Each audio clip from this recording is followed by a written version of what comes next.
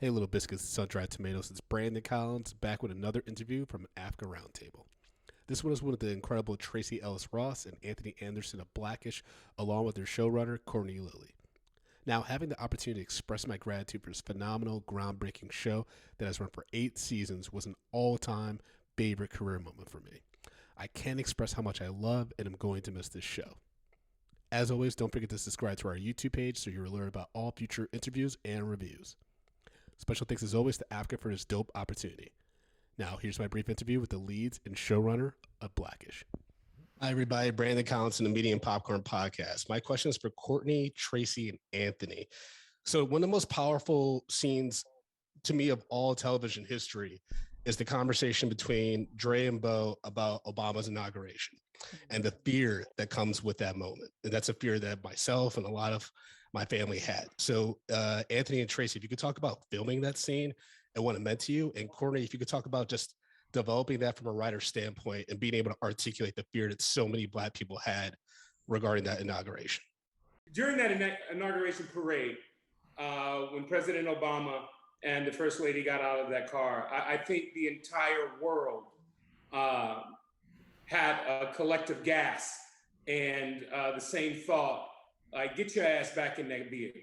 Let's not have hope snatched away from us before it's even been given its chance. And it really didn't resonate with me until the day of filming that particular episode when, I pulled Tracee to the side, or Bo to the side, to have that conversation with her. And I remember in the middle of the second take is when it really hit me. I was like, oh, this is how I should be playing this now. What I've been doing in rehearsal and what I did in that first take, it was all wrong.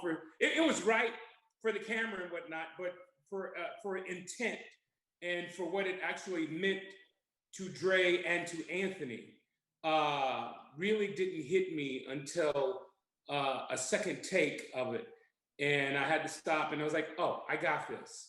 And I just think it was important that we shared that story, because it was a feeling and an emotion that I believe whoever had hope for change, for Obama, the next presidency, and our country, we're feeling that way.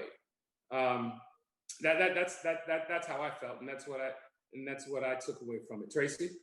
Yeah, you know, it was also so beautifully written.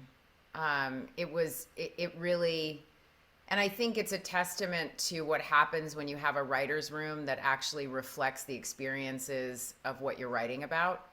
Mm-hmm. And that's something that our show has had from the beginning. It's been a diverse table in the writer's room, and had the ability to really mine these stories from a real place. And I think it's one of the reasons our show has resonated the way it has for 8 years, is that we've been able to tap into the truth for so many of us.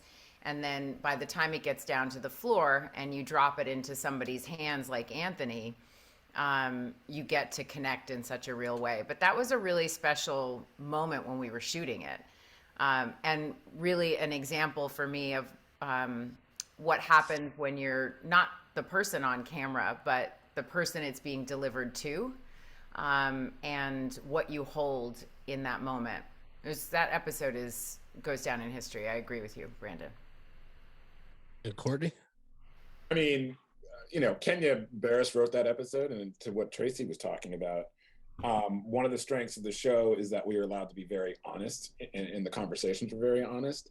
And to me, it's a standout moment too, because from the pilot, the show had a lot to say.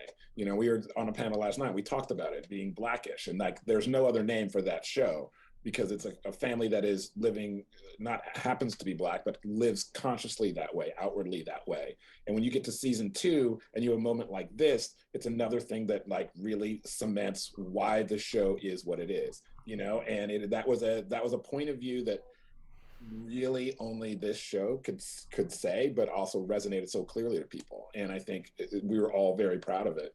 because of that. I mean, like, we talk about it to this day. I mean, like, at the table read, you know, I know, Anthony, you just said it was take 2 that you got it. Whatever you did at the table read, we got it. You know, I mean, like, that was from the words Kenya wrote and from the way that you felt it and showed us at a table read, you know. And so, like, it was a real turning point, I think, for a lot of us to say that, like, oh, we have something more special than even we thought, you know.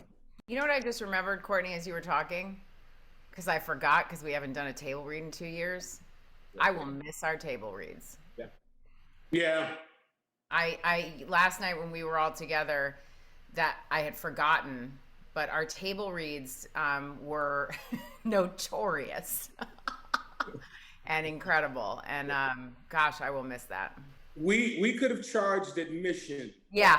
To our table reads. And one thing I used to think about often is why we never filmed I know. table reads.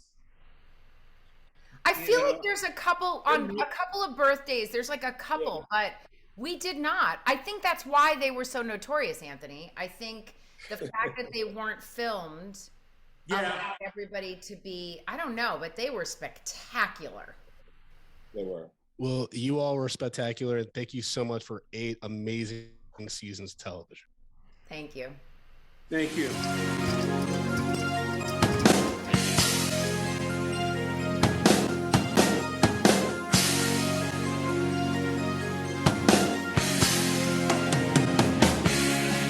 Medium popcorn, we are 2 niggas spoiling movies. Yeah. Brandon Collins, that's me, and Justin Brown for your movie needs. Medium popcorn, woo! You haven't seen it, well, we're gonna spoil it. Spoil it in your face. That's your warning. So